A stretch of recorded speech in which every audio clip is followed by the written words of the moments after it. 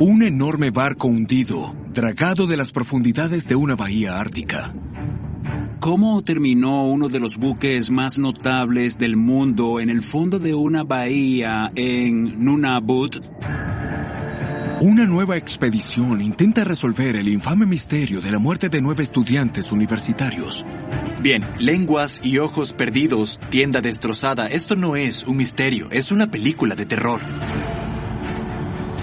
Un antiguo misterio de la edad de hielo sale a la superficie. Hay huesos sobre huesos dispuestos de cierta forma. Es una imagen aterradora. ¿Qué pasó aquí?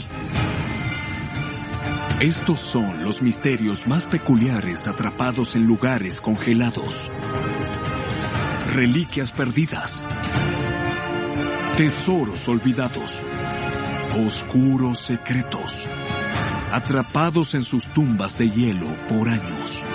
Pero ahora, mientras el hielo se derrite en el mundo, sus historias serán conocidas al fin.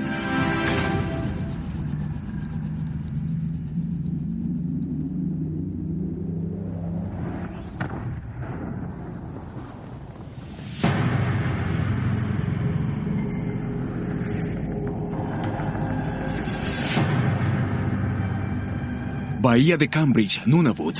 Este asentamiento remoto y aislado se encuentra en lo alto del Círculo Polar Ártico, a solo 1,800 kilómetros del Polo Norte. En invierno pasan 6 semanas sin luz solar alguna, y solo durante 3 meses al año la bahía está libre de hielo.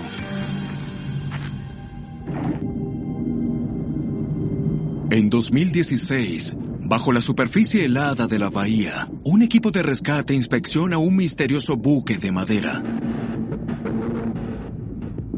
Es muy pesado, y no solo porque sea enorme. Su casco está revestido de barro, pero para el ojo entrenado es un barco especial. Su construcción es muy singular. ¿De quién es este barco? ¿Y cómo terminó en el fondo de una bahía helada en lo alto del Ártico? El barco es enorme, 35 metros de proa a popa, 12 metros a través de la viga, y el casco está envuelto con una capa de roble de más de 5 centímetros de espesor. El roble es muy valorado en la construcción naval porque es fuerte, duradero y flexible y resiste la humedad. Pero este barco tenía 5 centímetros más de roble en el casco. Eso sugiere que fue construido para un propósito específico. La capa protectora de roble es similar al tipo de cascos construidos para barcos de guerra. ¿Pudo hundirse en una batalla olvidada? En un barco de guerra destruido buscarías cañones, armas o equipo militar. Pero no se ve nada de eso. Los buzos que buscaban en el sitio no encontraron evidencia de que fuera un barco de guerra, así que la pregunta es, ¿qué más podría ser? El nombre tradicional Inuktitut de la zona es Ikulak Tutiak, que significa buen lugar de pesca. ¿Quizás estos son los restos de un barco ballenero?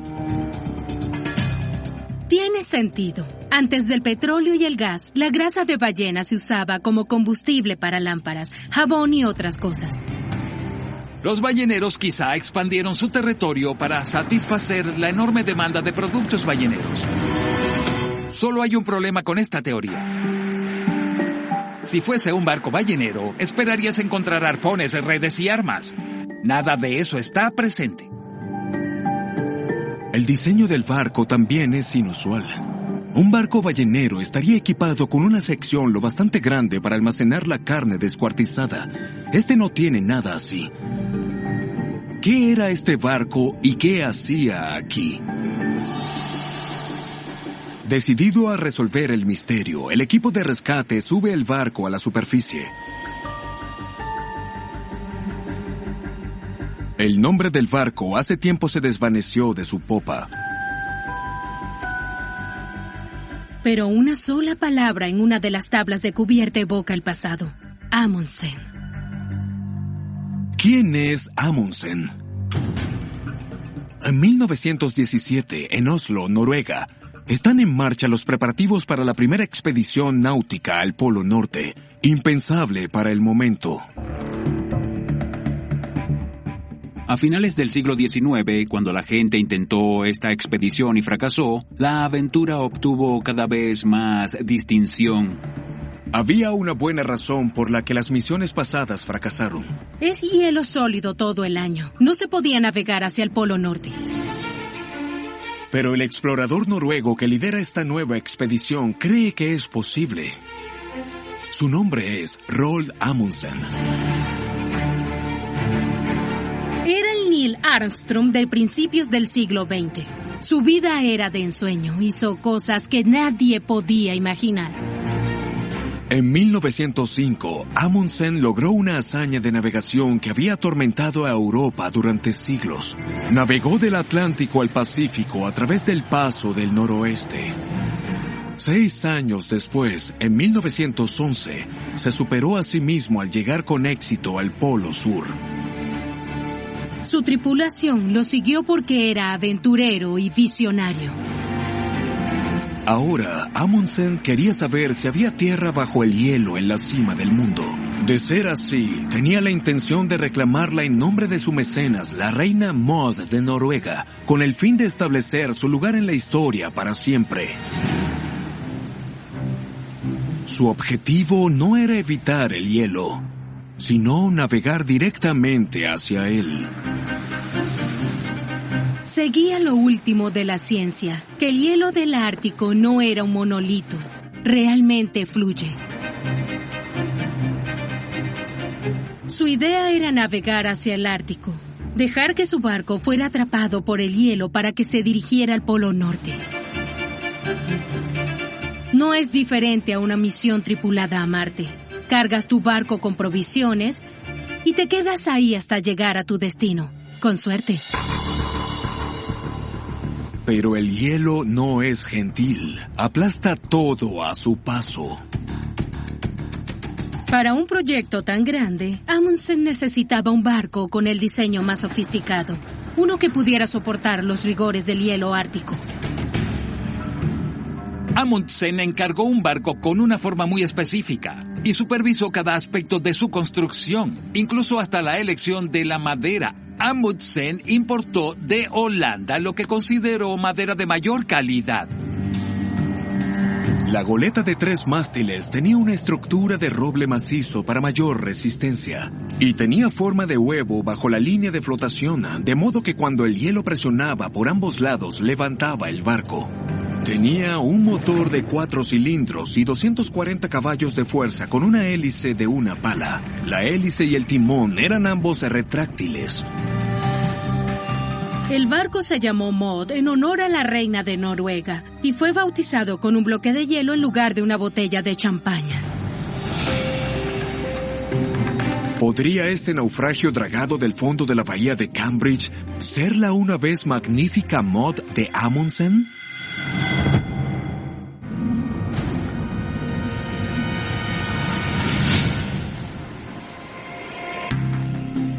Los expertos se preguntan si un barco rescatado del fondo de una bahía helada en Nunavut podría ser el barco del explorador noruego Roald Amundsen perdido hace tiempo. Cuando se construyó, era una de las máquinas más sofisticadas del mundo. Y que se olvidara y desapareciera sería el equivalente a caminar por tu patio trasero y encontrar una pieza de un cohete Saturno V.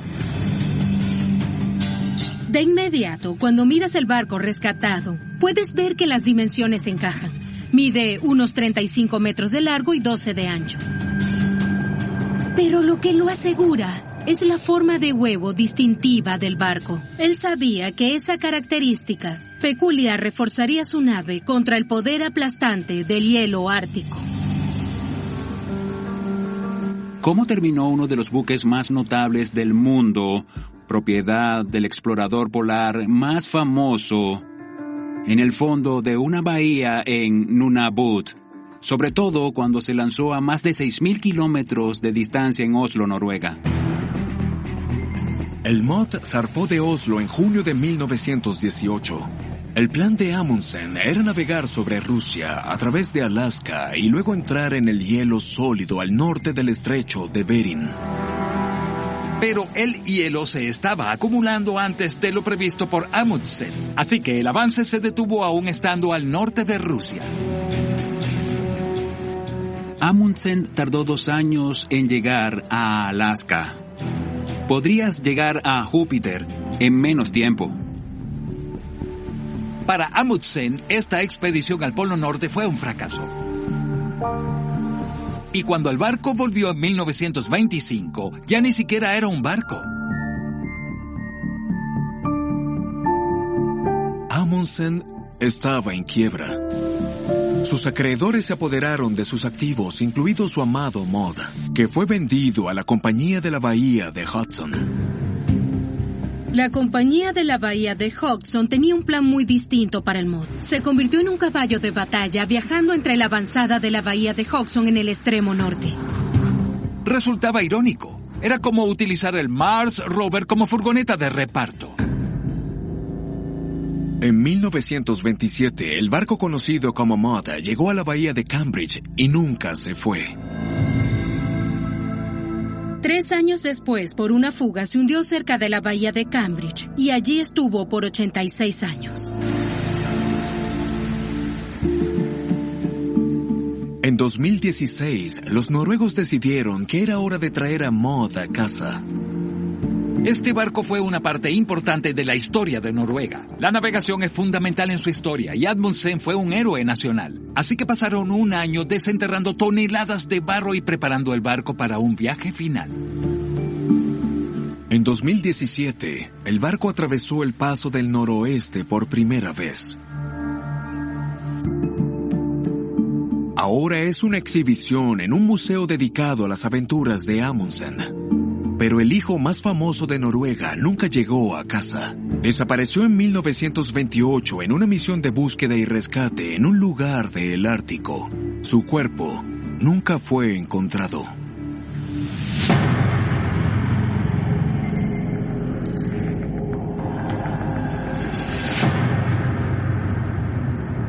En lo alto del territorio Ural ruso, arrasada por el viento, está una montaña llamada Kolat-Siekal, que significa montaña muerta. Los Urales son más de 2 millones de kilómetros cuadrados de terreno frío y escarpado. No es de extrañar que esté poco poblado. El interior del país es tan vasto y remoto que si algo sale mal, estás solo. En un día frío y oscuro de febrero, a 150 metros de la cima de la montaña, una tienda vacía yace ondeando al viento. En su interior, un equipo de búsqueda y rescate halla una escena extrañamente prolija. Mochilas, equipo de senderismo y suministros, todo ordenado. Pero es la tienda en sí la que les da escalofríos. La solapa principal estaba cerrada, pero la tienda estaba cortada desde adentro. ¿Por qué la tienda sería cortada desde adentro? Y no solo eso. El equipo es su salvavidas en el campo. Es muy extraño que se fueran y nunca volvieran a su tienda. ¿A dónde fueron? Más de un mes antes de ser descubierta la tienda abandonada, 9 estudiantes universitarios rusos, 7 hombres y 2 mujeres, emprendieron un viaje de esquí de fondo de 300 kilómetros. Todos estaban en excelente forma y tenían experiencia esquiando. Sabían que no sería fácil, pero estaban emocionados. Sería divertido. Llevaban instrumentos musicales, escribían en sus diarios, respondían al llamado a la aventura. El grupo se puso en marcha, dejando suministros atrás para aligerar la carga. Su plan era regresar 3 semanas después, el 12 de febrero. Pero nunca volvieron. Un día después de encontrar la tienda vacía, los buscadores descubren algo aterrador. A 2 kilómetros de la tienda hay 2 cuerpos cubiertos de nieve. Yuri Doroshenko y Yuri Krivonishenko. Este descubrimiento es muy extraño. Los 2 cuerpos se encuentran apiñados bajo un cedro cerca de una fogata. Y no llevan nada más que ropa interior y camisetas. Poco después, encuentran 2 cuerpos más en la pendiente. Es el líder de la expedición, Igor Dyatlov, y Zinaida Kolmogorova. Curiosamente, ambos también tenían ropa ligera. Ese febrero las montañas estaban terriblemente frías. Las temperaturas bajaron a menos 31 grados Celsius. ¿Qué les sucedió que los hizo salir al hielo y la nieve tan rápido que no se vistieron en absoluto para el entorno? Lo que haya pasado, pasó rápido. Nieve, montañas y un peligro que se mueve veloz. Suena como si huyeran de una avalancha. Los buscadores analizan la zona donde los excursionistas montaron su tienda. La tienda está sobre una pendiente nevada. Es evidente que estos cortaron la nieve para crear una superficie plana para dormir. ¿Podrían haber provocado sin querer una avalancha mientras construían su refugio? Si hay una avalancha, tienes que moverte rápido. Eso podría ser una razón para dejar sus tiendas, porque la más mínima pausa podría dejarte aplastado bajo la nieve. Pero hay 2 problemas con la teoría de la avalancha: la pendiente de la colina y el momento. Los buscadores observan que la pendiente donde se colocó la tienda era de menos de 30 grados, que no es tan empinada como para causar una avalancha. El momento tampoco coincide. Es cuando perturbas una pendiente que se desata una avalancha. Lógicamente, la avalancha habría sido causada cuando armaban su campamento. Y el campamento de Dyatlov ya estaba armado. Estaba bien organizado y el grupo tuvo tiempo de dormir en él. Una avalancha repentina no parece probable. Y lo que sea que le pasó al resto sigue siendo un misterio. El 5 de marzo, los investigadores encontraron el cuerpo de otro excursionista, Rosten Slobodin, cerca de los demás en la pendiente, pero aún hay 4 de ellos desaparecidos. Surgen rumores y conspiraciones. ¿Por qué, si eran experimentados, huyeron de su tienda y cómo se separaron? ¿Alguien atacó al grupo?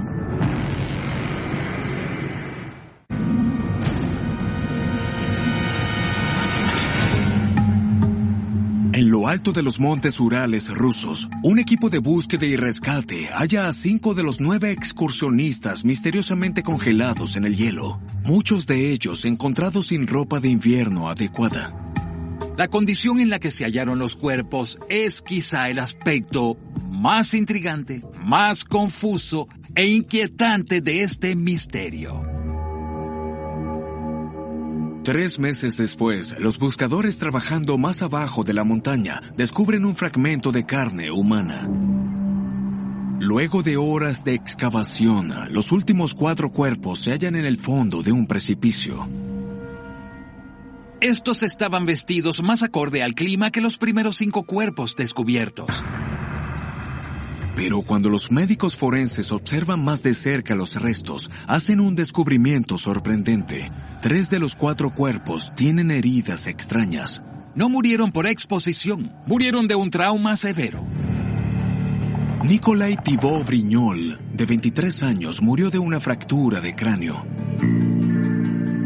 Lo más extraño de la lesión es que parece deberse a un impacto a alta velocidad, algo que verías en un accidente de autos. Samion Solotaryov tiene varias costillas rotas, pero hay hematomas en el exterior del cuerpo. Ese tipo de trauma, huesos rotos, sin hematomas, es lo que esperarías ver de una explosión. Lyudmila Dubinina tiene un traumatismo torácico severo y muchas costillas rotas. Las heridas de los 3 cuerpos eran demasiado graves como para ser consecuencia de una caída en un precipicio. Tenía que ser algo más violento.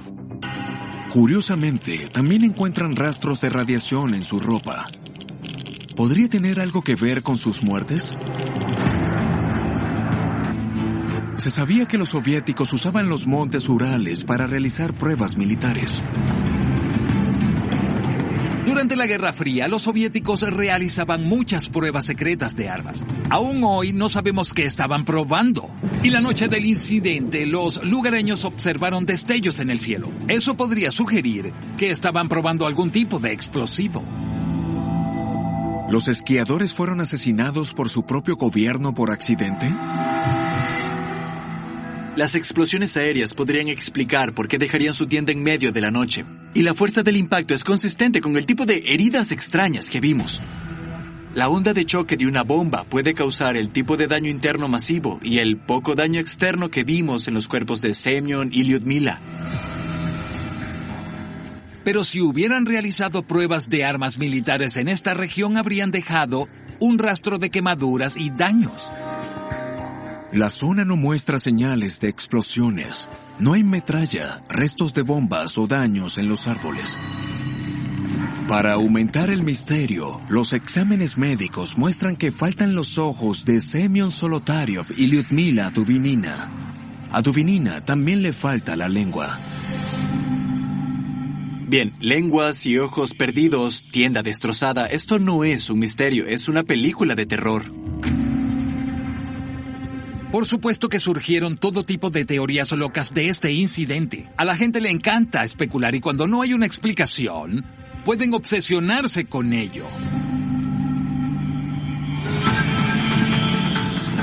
En febrero de 2019, un grupo de arqueólogos suecos espera resolver el misterio de una vez por todas.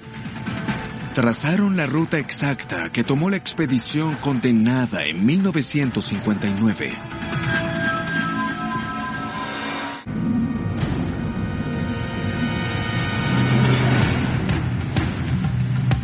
Decididos a resolver el misterio de lo que mató a 9 estudiantes en un viaje de esquí de fondo, 2 arqueólogos suecos trazan la ruta exacta que tomó la expedición en 1959. Instalan un campamento en la montaña muerta y se acomodan para pasar la noche. Y el clima extremo que experimentan en su campamento los lleva a explorar una nueva teoría.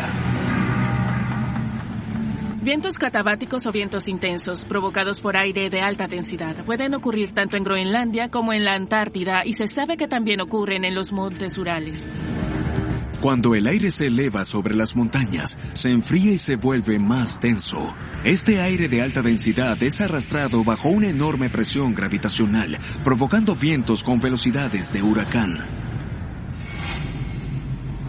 Los vientos catabáticos pueden alcanzar velocidades de 300 kilómetros por hora. Es lo bastante fuerte como para arrojar escombros, lo que podría explicar la lesión de la cabeza de Nikolai.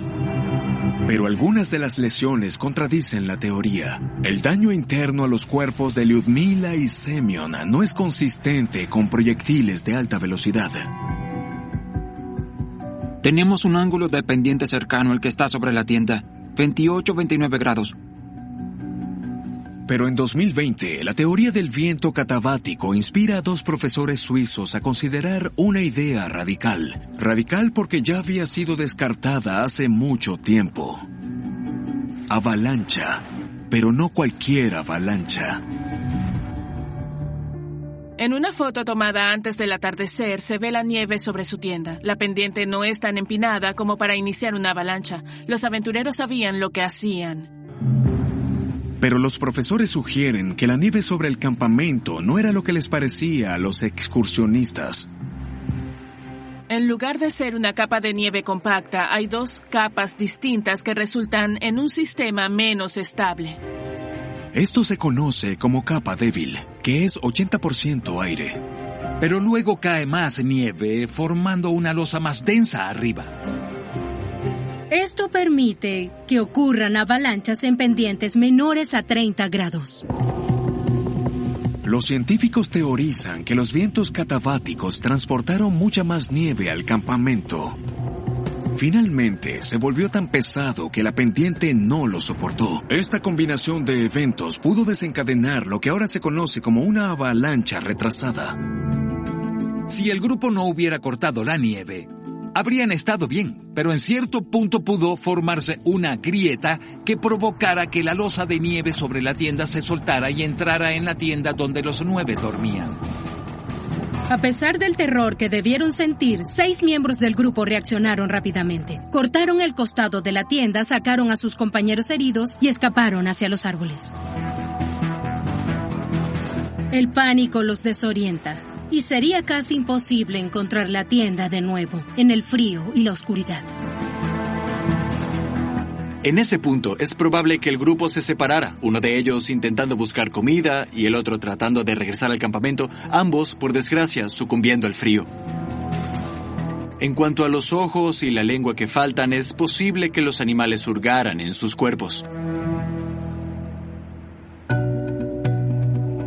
Esta teoría es basada en ciencia de vanguardia y una avalancha inducida por el viento bien podría explicar lo que sucedió en el paso de Dyatlov. Pero solo los 9 que estuvieron esa noche conocen la historia y se la llevaron a la tumba.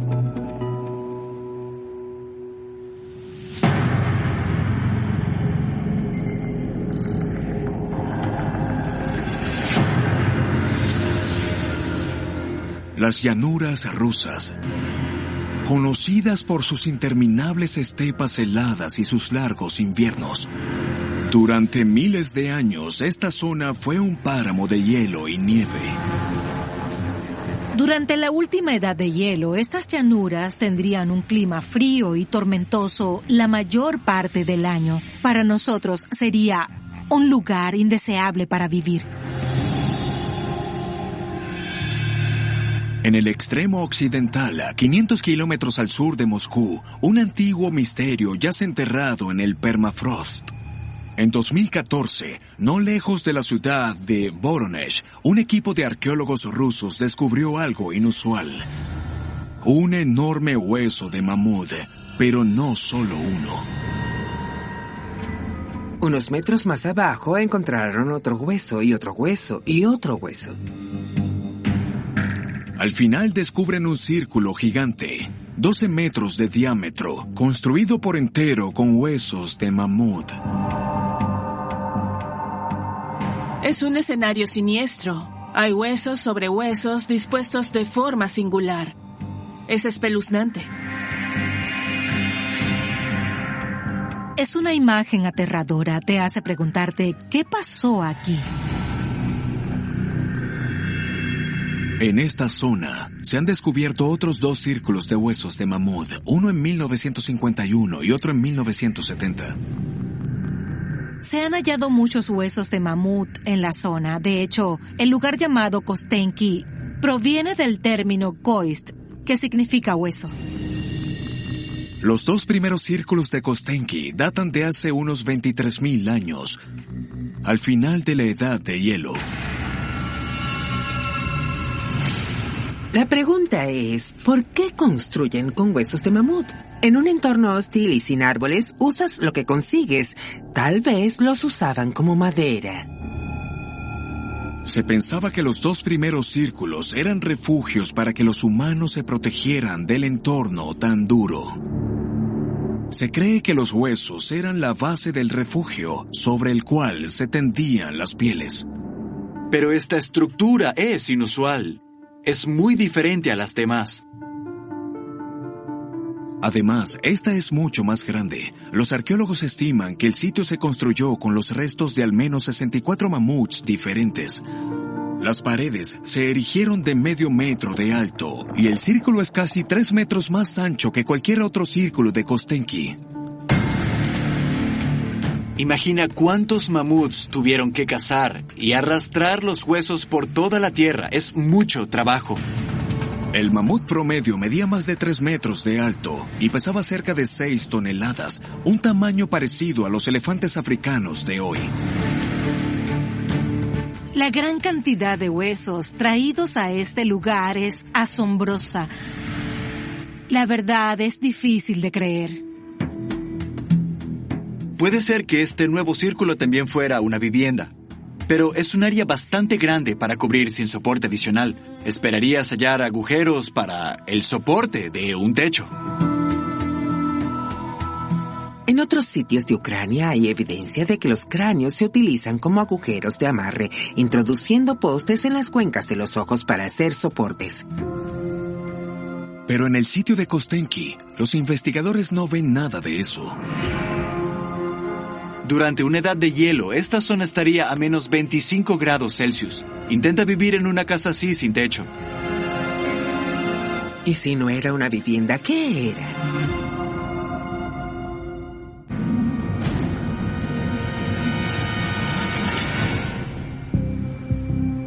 Se descubre un círculo gigante compuesto de huesos de mamut en las llanuras de Rusia Central, lo que plantea dudas sobre para qué la utilidad de esta estructura de la edad de hielo. Decididos a encontrar respuestas, los arqueólogos buscan evidencia de un incendio. Para un arqueólogo, encontrar un fuego o un hogar es genial. Podemos aprender mucho de los restos de plantas, animales carbonizados, incluso del carbón. Nos proporciona evidencia para saber lo que estaba sucediendo, pero también para la datación. Los arqueólogos utilizan una técnica llamada flotación arqueológica, que separa las partículas sumergiendo una muestra de suelo en agua. Las partículas más pesadas se hundirán y las más ligeras flotarán. El uso de esta flotación aquí fue exitoso. Produjo restos de carbón vegetal. De hecho, es la primera vez que se hallan grandes trozos de carbón dentro de uno de estos círculos. Encontrar un pequeño trozo de madera no es emocionante, pero sí importante porque nos dice que había árboles en la zona que podrían haber elegido para quemar. El análisis de radiocarbono de los restos de carbón sitúa los fuegos y la construcción del círculo de mamut alrededor del 24.000 a.C. Para los arqueólogos es una evolución asombrosa. Quiere decir que esta estructura de 12 metros es al menos 1000 años más antigua que los otros 2 círculos de huesos de Kostenki. La etapa más fría y severa de la última edad de hielo pasó por esta parte de Europa hace unos 24.000 años, justo cuando la región se asentaba. El clima sería árido y frío, fatal para la vegetación. Así que el hecho de que quemaran madera sugiere que estaban prosperando en este ambiente hostil. Muchos historiadores dirían que personas en latitudes similares se habrían rendido en este punto, pero estas eran tenaces. No estaban dispuestas a rendirse. Pero el círculo de 12 metros todavía alberga una pregunta importante. Si los primeros humanos modernos no vivían ahí, ¿qué otro propósito podría haber tenido? Cuando vemos algo de este tamaño, nos preguntamos sobre el poder, el estatus, quizás sitios rituales. ¿Es posible que se tratase de algún tipo de lugar especial?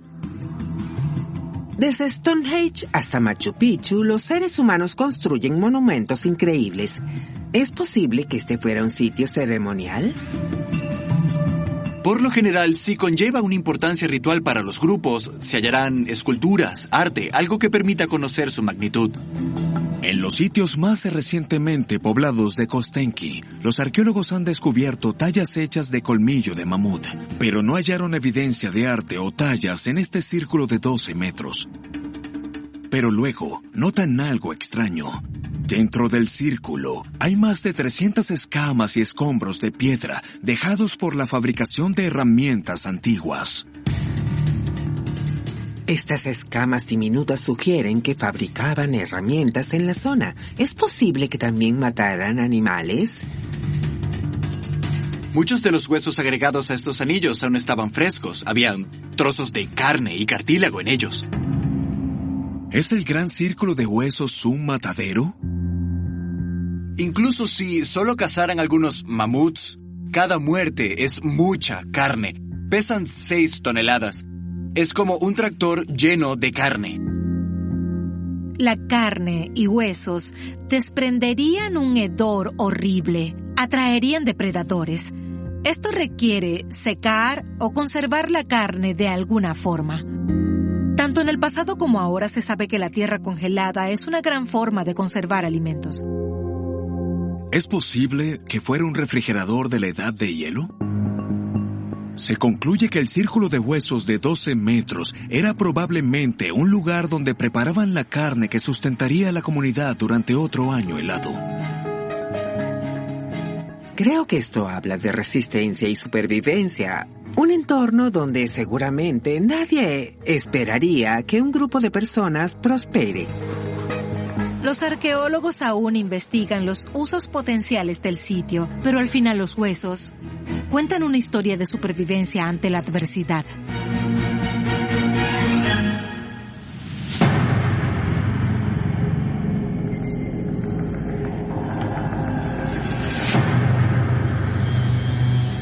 En el borde occidental de la Antártida se encuentra el amenazador glaciar Thwaites, una vasta extensión de hielo más grande que Florida. El glaciar Thwaites es un lugar tan remoto e inaccesible que sabemos más sobre la superficie lunar que sobre el medio ambiente alrededor de este glaciar. El glaciar está fuera del alcance de la mayoría de la civilización humana, pero lo que ocurre abajo de él podría afectar algunas de las ciudades más grandes de la Tierra. A principios del siglo XXI, sonaron las alarmas de un laboratorio de investigación sobre hielo y nieve. En el mapa, grandes áreas de la Antártida Occidental indicaban que Thwaites perdía hielo y se calentaba muy rápido. Lo que captaron los satélites en Thwaites era algo muy diferente. Este glaciar se está despertando de forma nunca antes vista. Thwaites parece derretirse más rápido que cualquier otro glaciar del mundo. ¿Qué está pasando en la Antártida? El hielo aquí tiene miles de kilómetros de profundidad. Es un glaciar enorme. Si se derritiese, sería un caos. Si Thwaites colapsa, estamos ante medio metro de aumento global del mar. Pero si todo el hielo inestable en la Antártida Occidental se derrite, entonces serían 3 metros. De ser así, las ciudades costeras podrían desaparecer. ¿Por qué Thwaites se derrite más rápido que cualquier otro glaciar? Un grupo de científicos decide verlo por sí mismos.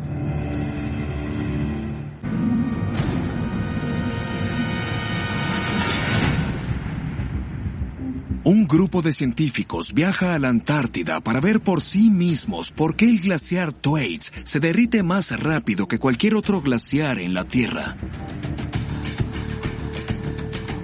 Trabajar en el glaciar Thwaites es riesgoso. Se llega a los -40 o menos. Y está cubierto de grietas mortales. A través de imágenes satelitales, los investigadores creen que la principal fuente de calor proviene de abajo, así que la única forma de averiguar qué sucede es mirar bajo el hielo. El hielo tiene 1 kilómetro de espesor, así que no puedes ver lo que ocurre, a menos que tengas visión de rayos X, que es nuestra área.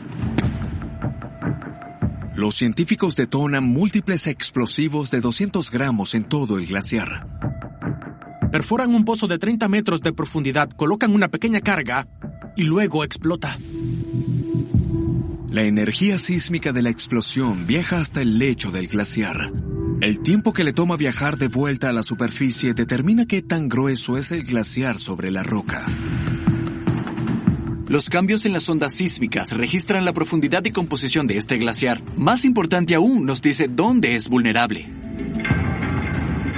Este enorme glaciar se mantiene en su lugar mediante una pequeña cresta rocosa conocida como línea de equilibrio, 300 metros por debajo del nivel del mar. Espera, ¿lo único que evita que Thwaites colapse en el mar es este delgado trozo de roca? Los investigadores deben saber la temperatura del agua frente al pico para comprender qué tan rápido se derrite y determinar cuánto tiempo puede resistir. Pero, ¿cómo lo hacen en uno de los paisajes más hostiles del planeta? Los científicos piden ayuda a los lugareños, los grandes elefantes marinos de Weddell que viven en el hielo que rodea la Antártida.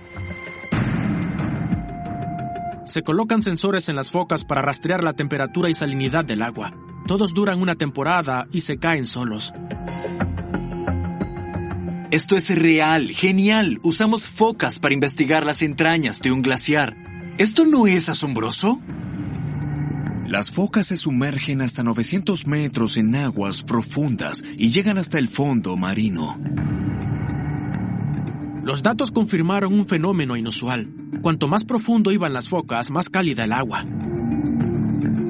Hasta los pequeños cambios en la temperatura del agua pueden afectar mucho la rapidez con que se derrite el glaciar. Pero, ¿cómo llega el agua cálida abajo del glaciar? Los investigadores usan un vehículo especializado que les permitirá ir bajo el glaciar Doomsday. Es un robot llamado RAN, un submarino autónomo de 7 metros de largo y 2 toneladas que graba imágenes fotográficas y tiene un sonar de alta resolución. Los resultados son asombrosos. Nadie había visto datos como estos antes. Las imágenes de RAN revelan canales profundos en el lecho marino que se extienden como dedos a través del glaciar. Estos canales son profundos. Podrías meter el Empire State ahí y aún tener espacio de sobra. Y actúan como las venas del glaciar, calentándolo desde abajo. Como estos canales son tan profundos y anchos, permiten que entre agua profunda por debajo del glaciar Thwaites y lo derrita desde abajo. Toda el agua que toca el glaciar es menos 16 grados Celsius, más cálida que el glaciar mismo. Es como si este glaciar estuviese diseñado geométricamente para colapsar. Una vez iniciado este proceso, poco se puede hacer para detenerlo.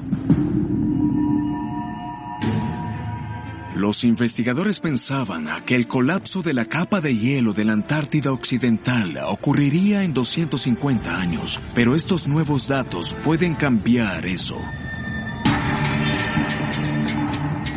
Poniéndolo en perspectiva, Miami y Boston han desaparecido, Manhattan está bajo el agua, y el acceso a la energía eléctrica de 470 millones de personas en el planeta está amenazado.